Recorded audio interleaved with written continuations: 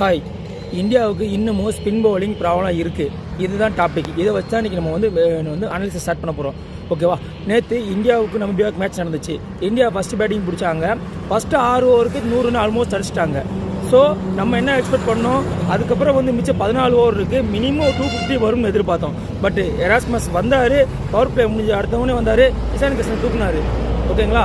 அங்கேருந்து தான் match turning point start ஆச்சு. என்ன சொல்ல வரேன்னா, இந்தியா வந்து பேட்டிங்கில் என்ன தான் ஸ்ட்ராங்காக இருந்தாலும் அவங்க வந்து கொஞ்சம் டிஃப்ரெண்ட்டாக ஸ்பின் பவுலிங் போடுறாங்களே, அவங்கக்கிட்ட விக்கெட்டை கொடுக்குறாங்க. நேற்று 4 விக்கெட் எராஸ்மஸ் எடுத்தார். அதுவுமே 4மே வந்து ஸ்பின் பவுலிங்கு.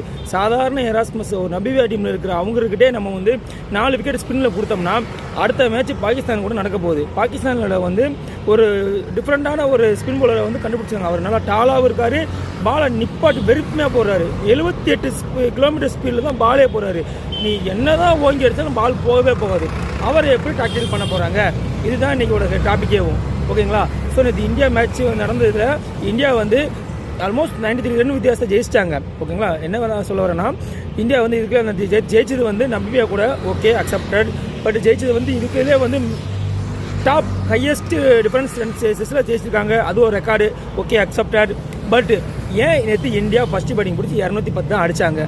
நமிபியா கூட போய் ஆல் அவுட் ஆகிற அளவுக்கு இந்தியாவுக்கு அப்படி என்ன ப்ராப்ளம்? இதுதான் இன்றைக்கி ஒரு ப்ராப்ளமே. ஓகேங்களா?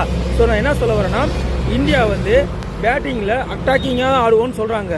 நாங்கள் வந்து எல்லோரும் அவுட் ஆனாலும் பரவாயில்ல, நாங்கள் வந்து ரன் அடிக்க தான் போவோம். ஓகே, பட் அவுட் ஆனாலும் பரவாயில்ல. அதுக்கு நான் ஆல் அவுட் ஆவீங்க 219 ரன்னுக்கு ஆல் அவுட் ஆகிற அளவுக்கு விளையாடுறீங்கன்னா அப்போ இந்த அளவுக்கு நீங்கள் ஒஸ்ட்டாக விளையாடுறீங்க. நீங்களே பாருங்கள். அட்டாக்கிங் ஆடுறது ஓகே இல்லைன்னு சொல்லலை. அதுக்குன்னு வந்து எல்லா பாலையும் அடிக்கணும், எல்லாத்தையும் அடிக்கணும்னு சொல்லிட்டு பிளான் பண்ணிவிட்டு குட்டாத்தனமாக கண்ணாமலையும் சுற்றிக்கிட்டு அவுட் ஆகிட்டு டாட் பால் ஆடிட்டு அடித்தா 6 போகிறதா அடிப்பேன், இல்லைன்னா டாட் பால் ஆடுன்னு சொன்னால் அடித்தா என்னங்க அர்த்தம் அது? ஸோ இதெல்லாம் வந்து இந்தியா வந்து கொஞ்சம் திருத்திக்கணும். ஏன்னா இந்தியா வந்து நல்ல ஸ்ட்ராங்கான டீமாக இருந்தாலும் பவுலிங் அவங்களுக்கு சூப்பராக இருக்குது. நான் அக்செப்ட் பண்ணிக்கிறேன். பவுலிங்கில் பும்ரா இருக்கார், ஹர்ஷ்தீப் இருக்கார், ஹர்ஷ்தீப் சிங் இருக்கார், வருண் சக்கரவர்த்தி, மிஸ்டி பவுலர் வருண் சக்கரவர்த்தி. அவங்க சொல்லணும்னா நான் என்ன சொல்ல வரேன்னா, நேற்று இந்தியா 209 அடித்தாலும் திருப்பி அவங்க பேட்டிங் பிடிச்சாங்க பார்த்தீங்களா, அவங்களும் பவர் பிளேக்கு 6 ஓவருக்கு 58 அடிச்சிருந்தாங்க ஃப்ரெண்ட்ஸ். அது ஒரே விக்கெட் தான். பவர் பிளே முடிஞ்சவுடனே வருண் சக்கரவர்த்தி வந்தார், ஃபஸ்ட்டு பாலே போல்ட் எடுத்தார். சரிங்களா? அங்கே தான் மேட்ச் நம்மளுக்கு சாதகமாக போச்சு. அதுக்கப்புறம் வந்து அவங்க நம்ம 2 ஓவர் போட்டு 7 ரன் கொடுத்து வருண் சக்கரவர்த்தி ஜஸ்ட்டு வந்து 3 விக்கெட் எடுத்து போயிட்டே இருக்காரு. அதுக்கப்புறம் அவர் வந்து வேணா பவுலிங் போட சொல்லிட்டு ஹோல்டு பண்ணிட்டாங்க. அதுக்கப்புறம் வந்து அக்ஷர் பட்டேல் 2 விக்கெட் எடுத்தார், ஹார்திக் பாண்டியா 2 விக்கெட் எடுத்தார், பும்ரா 1 விக்கெட் எடுத்தார். அதுக்கப்புறம் நடந்துச்சு. ஓகே, நான் அக்செப்ட் பண்ணிக்கிறேன். இருந்தாலும் இந்தியா அவங்கக்கிட்ட 4 விக்கெட்டை வந்து ஸ்பின்னில் கொடுத்தது என்னால் ஏற்றுக்கவே முடியாது ஃப்ரெண்ட்ஸ். இதுதான் என்னுடைய உரியாகவே இருக்குது. ஏன்னா இந்த டீமுக்கு நீங்கள் 4 விக்கெட்டு ஸ்பின்னில் கொடுக்குறீங்கன்னா பாகிஸ்தான் இருக்காங்க, அடுத்து நியூசிலாந்து வருவாங்க, அடுத்து சவுத் ஆப்பிரிக்கா வருவாங்க, வெஸ்ட் இண்டீஸ் வருவாங்க. சூப்பர் 8 போனீங்கன்னா அவங்க கூட என்ன பண்ண போகிறீங்க? ஸோ இதுதான் நம்மளுக்கு கேள்வியாகவே இருக்குது. நீங்களும் இதை பற்றி திங்க் பண்ணுங்கள். ஓகேங்களா? திங்க் பண்ணி எனக்கு வந்து நீங்கள் கமெண்ட் செக்ஷனில் வந்து போஸ்ட் பண்ணுங்கள். ஓகே, அதே மாதிரி இப்போ நம்ம வந்து நல்லா விளாட்றோம், நல்லா பெஸ்ட்டாக விளாட்றோம், சூப்பர் 8 போனாலும் அதுக்கப்புறம் வந்து நம்மளுக்கு வந்து பாகிஸ்தானோட மெயின் பிளேயர் யாருன்னு மாதிரி இருந்தால் இது வரைக்கும் விளாடும்போது குல்தீப் யாதவ்ங்க. பாவம் அந்த மனுஷன் நல்லா பவுலிங் போட்டும் அவருக்கு சான்ஸ் கிடைக்க மாட்டேன். ஏன்னா வருண் சக்கரவர்த்தி ஸ்ட்ராங் இடம் முடிச்சிட்டாரு. இன்னொரு இடத்துல வந்து அக்ஷர் பட்டேல் விளையாடு, அவர் வைஸ் கேப்டன், அவர் கம்பல்சரி விளையாண்டதான் ஆகணும். ஸோ அதனால் வந்து அவரும் டீமில் இருக்கார். இவங்க 2 பேர் இடமும் இருக்கனால 3வது ஸ்பின் பவுலருக்கு வந்து குல்தீப் யாதவ் இறக்கணும்னா நம்மளுக்கு 8 பேட்ஸ்மேனில் 1 பேட்ஸ்மேன் அடி வாங்குவார். யார்? ஒன்று சிவம் தூக்கி வெளியே போடணும், இல்லை ரிங்கு சிங்கத்துக்கு வெளியே போடணும். 2 தான் ஆப்ஷன் இருக்குது. அதை பண்ணுவாங்களா மாட்டாங்களா? ஆனால் அது ஒரு ரிஸ்க்கு. பண்ணுவாங்களா மாட்டாங்களா பாகிஸ்தான் மேட்ச்சில்? அதுதான் வந்து பெரிய பிரபாவமே போயிட்டுருக்கு. ஓகேங்களா? ஸோ பாகிஸ்தான் கூட இந்தியா 3 ஸ்பின் பவுலர் ஆட போகிறாங்களா, இல்லை 2 ஸ்பின் பவுலர் ஆட போகிறாங்களா? இதுதான் வந்து பெரிய விவாதமாக போயிட்டு இருந்தது. ஷார்ட் ஸ்போர்ட்ஸ் தமிழ் 1லேயே வந்து அவங்க தான் அதான் சொல்லியிருந்தாங்க. யார்? நம்ம முத்து இருக்கார்ல கமெண்ட்ரியில், அவர் என்ன சொல்கிறார்? குல்தீப் யாதவ் கம்பல்சரி ஆடணுன்றாரு. நம்ம ரமேஷ் ராஜ் இருக்கார்ல, ரமேஷ் சார் என்ன சொல்கிறாருன்னா, இல்லை குல்தீப்புக்கு இடமும் இல்லை, குல்தீப் விளையாட முடியாது. ஏன்னா குல்தீப் விளையாண்டாருன்னா அக்ஷர் பட்டேலில் வெளியே போகிற மாதிரி இருக்கும். அக்ஷர் பட்டேல் ஆல்ரவுண்டரு, ப்ளஸ் வந்து அவர் பேட்டிங் ஸ்கில் இருக்குது, பவுலிங் ஸ்கில் இருக்குது, ஃபீல்டிங் ஸ்கில் இருக்குது. குல்தீப் கிட்ட அதுக்கிட்ட என்ன இருக்குது? அவரோட பவுலிங் ஸ்கில் மட்டும்தான் இருக்குது, வேறு எந்த ஸ்கில்லும் இல்லை.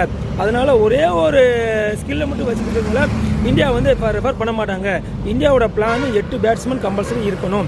இதுதான் அவங்க பிளானாக வச்சுருப்பாங்க. இதுக்கு வந்து இந்தியா வந்து ஆல்ரெடி ரெடியாக இருக்காங்க. பாகிஸ்தான் கூட என்ன தான் பவுலிங் போனால் அந்த பவுலிங் அகைன்ஸ்டாக அவங்க என்ன தான் அவங்க டேட்டிக் கொண்டு வந்தாலும் அதை முறியடிக்கிறதுக்கு இந்தியா கிட்ட ஸ்ட்ராங்கான டீம் இருக்குது அப்படின்னு அவர் சொல்கிறாரு.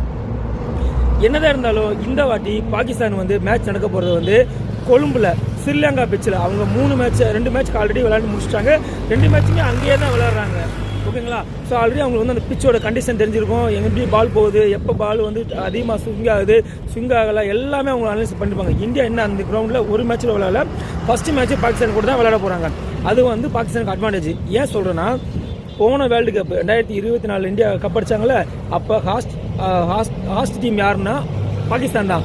அவங்க நாட்டில் தான் மேட்ச் நடந்துச்சு. நம்ம என்ன பண்ணோம், யூஏஇயில் வந்து நம்ம மேட்ச் நம்மளுக்கு வந்து இடம் கிரவுண்டு கேட்டோம். நம்ம மட்டும் எங்கேயுமே போகல, பாகிஸ்தான் கூட விளையாடணும். எல்லா மேட்சுமே வந்து நம்ம அந்த கிரவுண்டில் தான் விளையாண்டோம். அதனால நம்மளுக்கு பாகிஸ்தான் கூட விளையாடும் போது நம்மளுக்கு பிச்சு நல்லா சூட்டபிளாக சேர்ந்தனால நம்ம ஈஸியாக பாகிஸ்தான் அடிச்சிட்டோம். இந்த ஆப்பர்ச்சுனிட்டி இந்த வாட்டி பாகிஸ்தானுக்கு கிடைச்சிருக்கு. அவங்க இதை யூஸ் பண்ணாங்கன்னா நம்மளுக்கு ப்ராப்ளம் ஆகும். ஸோ இதுதான் நானும் சொல்ல வரேன். ஓகேங்களா? ஸோ இதனால் வந்து கண்டிப்பாக வந்து பாகிஸ்தான் வந்து இந்த வாட்டி கொஞ்சம் டஃப்பாக தான் கொடுப்பாங்க. இத்தனை வாட்டி நம்ம என்ன தான் பாகிஸ்தானை வந்து நம்ம கொஞ்சம் கேவலமாக பேசினாலும் இலக்காரமாக பேசினாலும் இந்த வாட்டி பாகிஸ்தான் டஃப் கொடுப்பாங்க.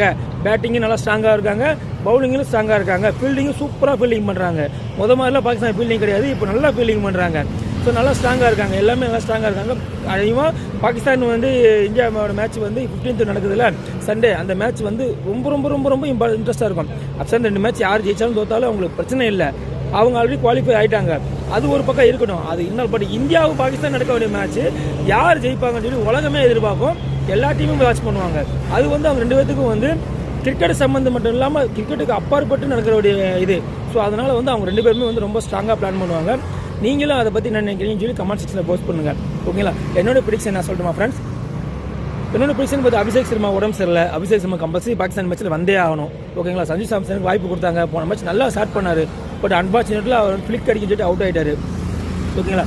பேட்டிங் சேஞ்ச் பண்ண தேவையில்லை ஃப்ரெண்ட்ஸ், ஃபீல்டிங் சேஞ்ச் எந்தது பார்த்தா இந்த 11 சூப்பராக தான் ஃப்ரெண்ட்ஸ் இருக்குது. 11 சேஞ்ச் பண்ணவே தேவையில்லை, இந்த 11 நல்லா இருக்குது. பாகிஸ்தான் டீம் அவங்க அந்த அளவுக்கு பவுலிங் வச்சுருக்காங்கன்னா பரவாயில்ல. நம்ம இந்தியாவில் அவ்வளோ ஸ்ட்ராங்காக இருக்கும். அதனால் இப்போ சவுத் ஆஃப்ரிக்காவே நம்ம பார்த்துருக்கோம். இவங்க என்ன அதெல்லாம் பார்த்துக்கலாம் ஃப்ரெண்ட்ஸ், ஒன்றும் பிரச்சனை இல்லை. சேம் லெவலே விளாண்டா பாகிஸ்தான் கூட இந்தியாவுக்கு சூப்பராக இருக்கும். அது இந்தியா வந்து ஆல்மோஸ்ட் சேம் லெவலில் விளையாடுவாங்க நானும் எதிர்பார்க்குறேன், நீங்களும் எதிர்பார்ப்பீங்கன்னு நினைக்கிறேன். ஓகேங்களா?